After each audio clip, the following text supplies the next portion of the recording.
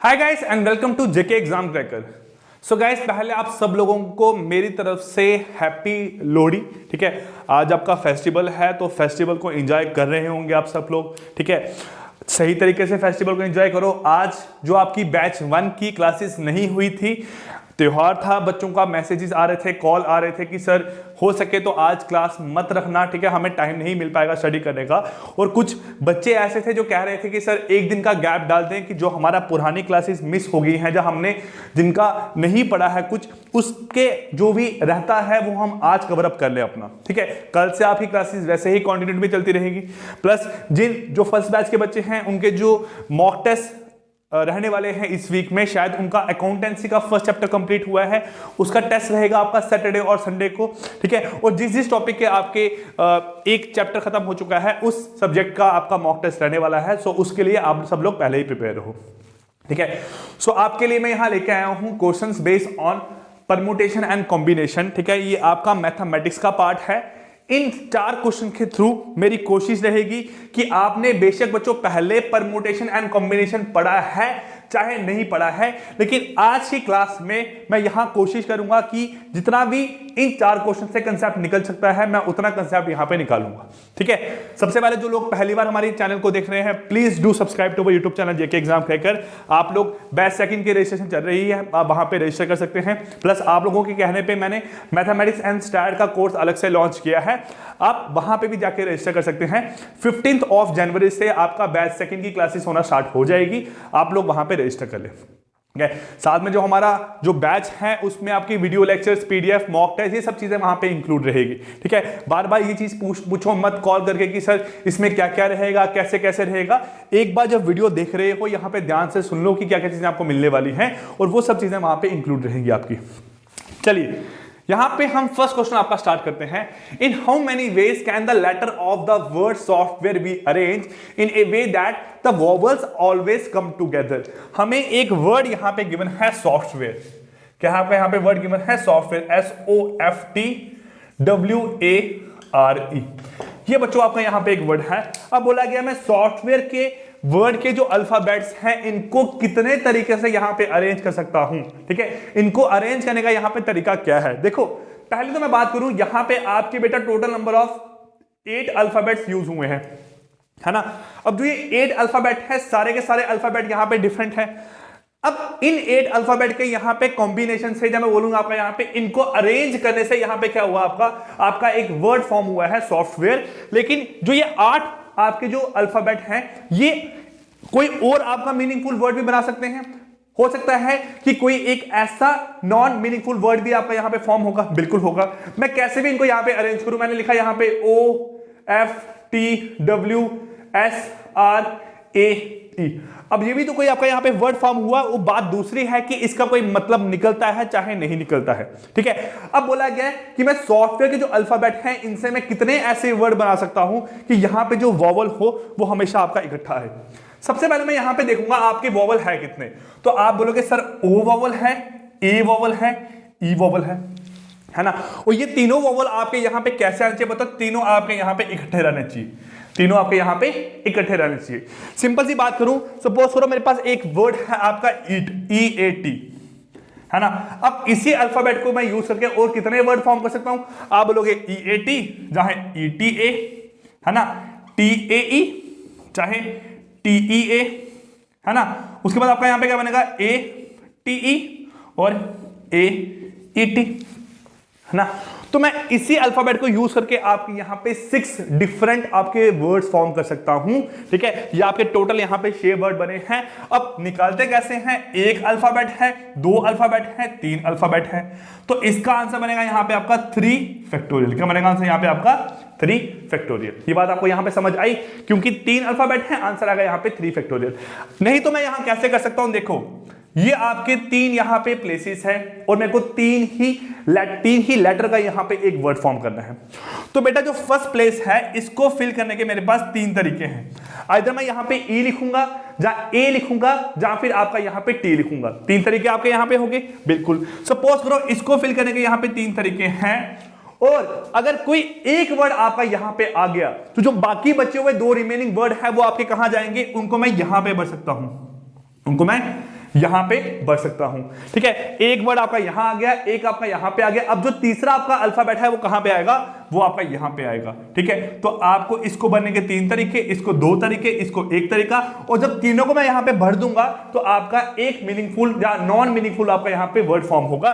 तो 3 × 2 × 1 मल्टीप्लाई क्यों हुआ, क्योंकि आप ये प्रोबेबिलिटी में पढ़ चुके हो, जब भी कोई चीज आपकी टुगेदर लगती है तो हमेशा साइन आता है यहां पे मल्टीप्लिकेशन का, है ना। तो आपका यहां पे आंसर आएगा 3 फैक्टोरियल। वैसे ही सॉफ्टवेयर में बेटा आपके 3 वॉवल हैं। अब बचा आपका एस, एफ, टी, डब्ल्यू और आर। ये 5 आपके यहां पे कैसे हैं, आपके मेरे पास वॉवल्स नहीं है। क्या आपका यहां पे वॉवल नहीं है, ठीक है। अब देखो, अगर बात की जाए, इस क्वेश्चन में बोला गया है कि हमें इन 8 अल्फाबेट को अरेंज अगर सिंपल तरीके से करना होता तो मैं बोलता इनका आंसर आएगा यहां पे 8 फैक्टोरियल। क्या आंसर आएगा यहां पे इसका 8 फैक्टोरियल, क्योंकि 3 अल्फाबेट थे, 3 फैक्टोरियल, 8 अल्फाबेट है तो यहां पे क्या आएगा 8 फैक्टोरियल। लेकिन यहां पे बताया गया है कि जो 3 वॉवल है वो हमेशा आपके इकट्ठे ही आएंगे यहां पे। अब जो यहां पे जो 3 वॉवल है इनको मैं कहीं पे भी लेके जाऊंगा, इनको एक साथ ही यहां पे लेके जाऊंगा ना। जो आपका ओ है, ए है, ई है, ये कहीं पे भी जाएगा, एक साथ जाएगा आपका। उसके अलावा बाकी बचे हुए यहां पे कितने हैं, ये आपका 1 है, 2, 3, 4, 5, और जो ये 3 आपके वॉवल है ये इकट्ठे एज ए सिंगल एलिमेंट काम कर रहे हैं यहां पे। तो आपके टोटल यहां पे इसको फिल करने के यहां पे तरीके बने आपके 6 फैक्टोरियल। कितना बना आपका यहां पे 6 फैक्टोरियल। देखो 1, 2, 3, 4, 5 और ये पूरा क्या हो गया 6। इसको मैं ऐसे भी तो यहां पे लिख सकता हूं, देखो एस, एफ, टी, डब्ल्यू, ओ, ई, ठीक है, और यहां पे क्या आएगा आर। तो ऐसे कर करके आपके यहां पे टोटल तरीके निकलेंगे 6 फैक्टोरियल, क्योंकि 1, 2, 3, 4, 5 और ये एज ए सिंगल एलिमेंट काम कर रहा है, तो आपका बनेगा 6 फैक्टोरियल। एक बात क्लियर होगी आपको यहां पे। अब इसके साथ क्या एक्स्ट्रा रहेगा कि जो 3 अल्फाबेट हैं ये जरूरी थोड़ी है कि आपका ओ, ए, ई आएगा। आपका ओ, ई, ए भी आ सकता है, आपका ई, ए, ओ भी आ सकता है, ई, ओ, ए भी आ सकता है, ए, ओ, ई भी आ सकता है, और आपका यहां पे ए, ई और ओ भी आ सकता है। तो जो ये 3 अल्फाबेट हैं इनको यहां पे फिल करने के आपके तरीके बनेंगे 3 फैक्टोरियल। क्या बनेगा 3 फैक्टोरियल। दोनों को मैं यहां पे मल्टीप्लाई करूंगा क्योंकि टुगेदर काम कर रहे हैं, तो 6 फैक्टोरियल इंटू 3 फैक्टोरियल। अब 6 फैक्टोरियल का आपका आंसर क्या होता है, तो आप बोलोगे बेटा यहां पे 6 फैक्टोरियल होता है सर हमारे पास 720। कितना होता है 720 हो गया। अब 3 फैक्टोरियल कितना बनता है आपका 6 इंटू 6, यहां पे किया 0 बनेगा आपका 12, 1 कैरी, 6 सत्ते आपका बनेगा 42 और 1 बनेगा 43। तो 4320 क्या बनेगा आपका यहां पे इसका आंसर। तो आपका आंसर आएगा यहां पे 4320, मतलब ऑप्शन नंबर डी क्या है आपका क्वेश्चन नंबर फर्स्ट का राइट आंसर है। अगर ये बात समझ आई है तो कमेंट कर दो कि सर हमें चीज समझ आ गई है। अब हम यहां पे मूव करते हैं आपका सेकंड क्वेश्चन पे। देखो, in how many different ways can the letter of the word candidate can be arrange in such a way that the vowels always come together। अब यहां पे भी बात आ गई है कि जो आपके vowels हैं वो बेटा इकट्ठे आने चाहिए। कैसे आएंगे, देखो आपके यहां पे कैंडिडेट, ये आपका वर्ड है CANDIDATE, ये आपका एक वर्ड है। अब इस वर्ड में क्या है आपका, देखो यहां पे वॉवल को अलग करो और जो आपके वॉवल नहीं है, जो आपके कॉन्सोनेंट हैं उनको अलग करो। तो CNDDT ये आपके यहां पे कॉन्सोनेंट हो गए, और यहां पे वॉवल क्या है आपके ए, आई, ए और ई, ए, आई, ई और ई, ये आपके बन गए यहां पे वॉवल्स, सॉरी नॉन वॉवल, ये बन गया आपके यहां पे वॉवल। अब बात आती है इनको अरेंज करने की। सबसे पहले बोला गया है vowel as a single element काम करेंगे, क्योंकि बोला गया है वॉवल्स ऑलवेज कम टुगेदर, जो आपका सेम ऊपर था, है ना, वही आपकी कंडीशन है यहां पे। 1, 2, 3, 4, 5 और ये सिंगल बनेगा आपका यहां पे 6 फैक्टोरियल। क्या बनेगा आपका यहां पे, देखो 6 फैक्टोरियल बन गया आपका यहां पे। इसके लिए बनेगा आपका यहां पे 4 फैक्टोरियल। क्या बनेगा आपका यहां पे 4 फैक्टोरियल। अब देखो बात क्या है आपकी यहां पे, बेटा यहां पे 2 डी हैं। क्या आपके यहां पे 2 डी हैं। अब इसको मैं D1 ले लूं, इसको मैं D2 ले लूं। जब कभी भी आपका परमुटेशन में कोई एक अल्फाबेट रिपीट होता है, जितनी बार रिपीट होगा उससे आपने इसको यहां पे डिवाइड कर देना होता है 2 फैक्टोरियल से। कर दिया। यहां पे भी आपके 2 ए हैं, देखो ना, बात सुनो यहां पे क्या है, मैं लिखूं ACA, चाहे लिखूं A1 A2, यहां लिखूं A2 C और A1। बेटा दोनों का मतलब तो यहां पे सेम ही बनना ना आपका यहां पे। तो ये दोनों आपके एज ए सिंगल यूनिट काम करते हैं, एज ए सिंगल पर्पस के लिए काम करते हैं। चाहे A1 पहले लिखो, चाहे A2 बाद में लिखो, चाहे A2 पहले लिखो और आपका A1 बाद में लिखो। अब यहाँ पे क्या है, ये D1 D2 है और D2 D1 है, दोनों का नाम तो सेम ही बना ना आपका यहाँ पे, तो उसके लिए आपने इसको डिवाइड करना है 2 फैक्टोरियल के साथ। जब सिंपल सा याद रखो, कभी भी आपका जब आपको वर्ड अरेंज करने वाला क्वेश्चन ऐसा दिखाई देगा, वहां पे कोई अल्फाबेट आपके रिपीट हो रहे हैं, तो आपने उसके लिए यहां पे क्या करना है, उसको डिवाइड बाय कितना डिवाइड, जितनी बार वो आपका यहां पे रिपीट हो रहा है। ठीक है, जैसे एक वर्ड आता है आपका मिसिसिपी, ठीक है, ये देखो आप MISSI कुछ भी लिखो आपका यहां पे, ठीक है, मिसिसिपी कोई वर्ड हो गया। अब 1 2 3 4 5 6 7 8 फैक्टोरियल अपॉन यहां पे I 3 बार आएगा 3 फैक्टोरियल, इंटू P 2 बार है 2 फैक्टोरियल, इंटू S 2 बार है 2 फैक्टोरियल। तो आपका यहां पे आंसर ऐसा निकल के आएगा, यहां पे अपॉन 2 फैक्टोरियल। अब यहां पे 2 A भी तो है ना, इसके लिए भी यहां पे करना पड़ेगा अपॉन 2 फैक्टोरियल, बन गया।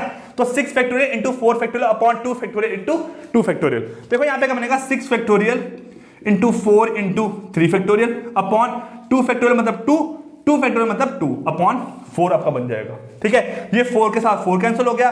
अब 6 फैक्टोरियल इंटू 3 फैक्टोरियल, 6 फैक्टोरियल क्या होता है बेटा आपका यहाँ पे, 6 फैक्टोरियल का मतलब है आपका 720 इंटू 3 फैक्टोरियल का मतलब है आपका 6। हाँ, तो सेम आपका यहां पे इसका आंसर आएगा 4320, क्या है आपका क्वेश्चन नंबर सेकंड का यहां पे राइट आंसर है। ठीक है बच्चों, आई होप ये क्वेश्चन भी आपको यहां पे क्लियर हो गया होगा। अब मूव करते हैं यहां पे आपका क्वेश्चन नंबर थर्ड पे। देखिए क्वेश्चन नंबर थर्ड क्या है आपका यहाँ पे। अब ये क्वेश्चन आपका थोड़ा डिफरेंट सा क्वेश्चन है, पहले वाला कंसेप्ट भूल जाओ, अब हम नेक्स्ट कंसेप्ट पे यहां जा रहे हैं आपका।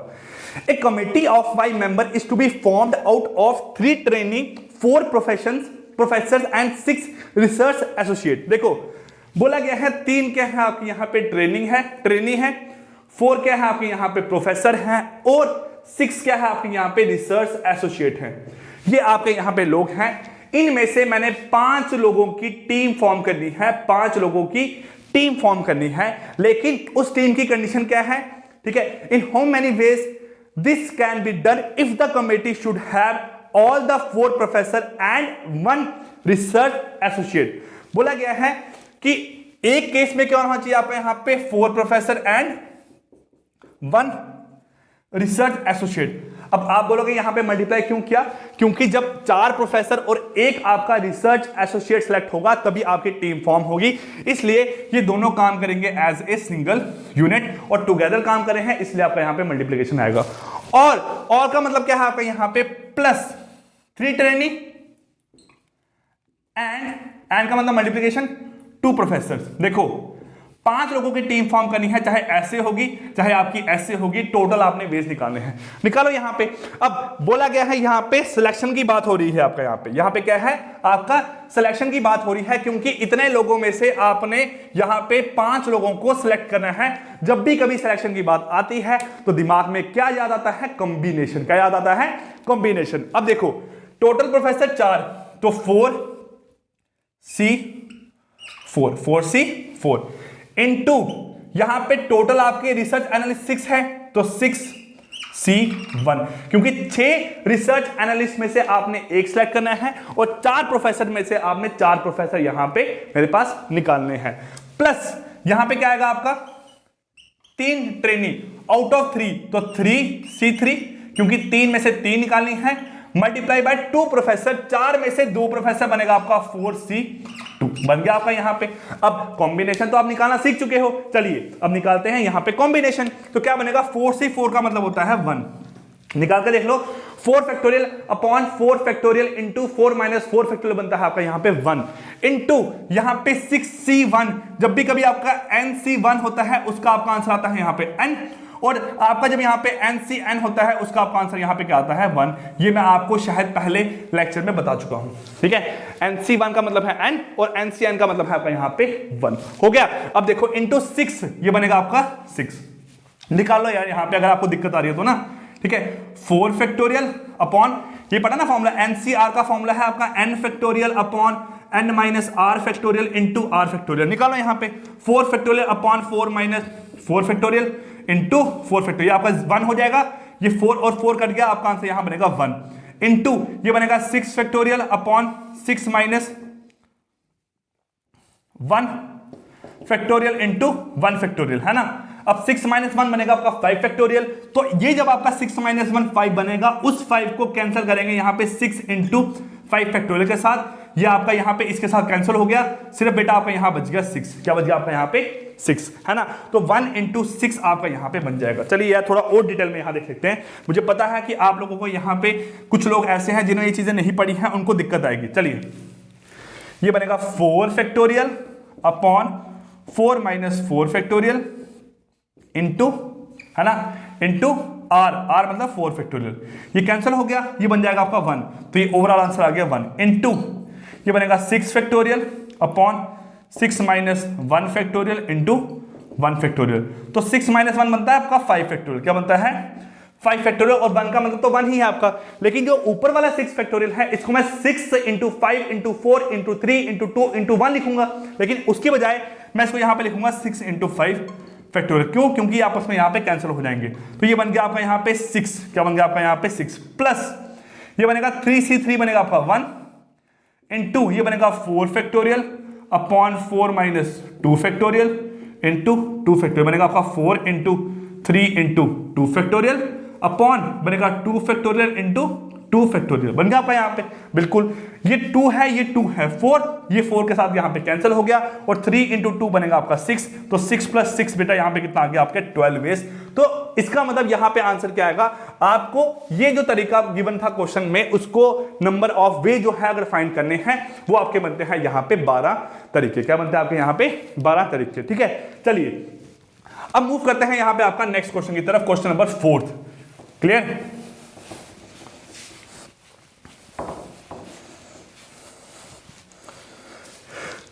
बोला गया on a shelf there are 4 books on economics. यहां पे 4 बुक्स किसकी है? आपकी इकोनॉमिक्स की है। ठीक है, 3 बुक्स है आपकी मैनेजमेंट की, और 4 बुक्स है आपकी स्टैट्स की। चलिए यहां पे भी आपका स्टैट आ गया। ठीक है, आपकी 4 किसकी बुक है? आपकी यहां पे स्टैट्स की। ठीक है, अब बोला गया है आपका इन how many ways can the book be arrange. तो अरेंज का मतलब हो गया हमारा यहां से कॉम्बिनेशन। क्या हो गया? Combination. So that the book on economics are kept together. जो आपकी इकोनॉमिक्स की बुक है वो हमेशा क्या आएगी? आपकी इकट्ठी आएगी। देखो ये आपकी बुक्स है यहां पे। मैं अगर इकोनॉमिक्स की बुक की बात करूं, सपोज करो economics 1, economics 2, economics 3, economics 4, management 1, management 2, management 3, stat 1, stat 2, stat 3 और स्टैट 4। ये आपकी यहां पे टोटल नंबर ऑफ बुक्स बन गई है। लेकिन इसमें जो आपकी ये 4 बुक्स हैं, ये हमेशा बेटा आपकी यहां पे इकट्ठी आनी चाहिए। ये आपकी यहां पे हमेशा इकट्ठी आनी चाहिए। अब जब इकट्ठी आएंगी और 4 बुक्स हैं, अब यहां पे चारों बुक्स आपकी कोई भी हो सकती हैं, तो इसका मतलब इसको अरेंज करने का यहां पे तरीका होगा 4 फैक्टोरियल। क्या तरीका होगा? यहां पे 4 फैक्टोरियल। लेकिन अगर बात करूं यहां पे नंबर ऑफ एलिमेंट है कितने, तो आप बोलोगे 1 एलिमेंट, 2 एलिमेंट, 3 एलिमेंट, 4 एलिमेंट, 5, 6, 7, और ये as a whole, as a combined आपका एज ए यहां पे 8 में एलिमेंट काम करेगा। तो 1 2 3 4 5 6 7 8, तो 4 फैक्टोरियल इंटू 8 फैक्टोरियल यहां पे करोगे तो आपका आंसर यहां पे निकल के आ जाएगा। 8 फैक्टोरियल आपको यहां निकालना है। 8 का मतलब है आपका यहां पे 8 इंटू 7 फैक्टोरियल इंटू 4 फैक्टोरियल का मतलब है आपका यहां पे 24। कितना है? 24 करो। यहां पे 8 इंटू आपका 8 इंटू 5040 इंटू 24। तो इसका मतलब यहां पे इसका आंसर कोई इन दोनों में से कोई एक वैल्यू आपका आंसर निकल के आएगी। वो तो आपका आंसर यहां पे नहीं आ सकता है। ठीक है, शायद से आपका आंसर यहां पे ए निकल के आएगा। ठीक, तो ये थे आपके 4 question based on permutation and combination पे। ठीक है, हमने आपको मैंने पहले लेक्चर में आपको परमुटेशन, कॉम्बिनेशन एंड आपका प्रोबेबिलिटी का थोड़ा सा बेसिक बताया था, आप सब लोगों को पता होगा। ठीक है, अब ये था आपका यहाँ पे कुछ क्वेश्चन। ऐसे ही क्वेश्चन आपको एग्जाम में आने हैं। आप लोग ये मत सोच के चलो कि आपको 10th लेवल के क्वेश्चन आने हैं। जब चैप्टर ही आपका 11th 12th में है तो क्वेश्चन आपको उसी लेवल का आएगा।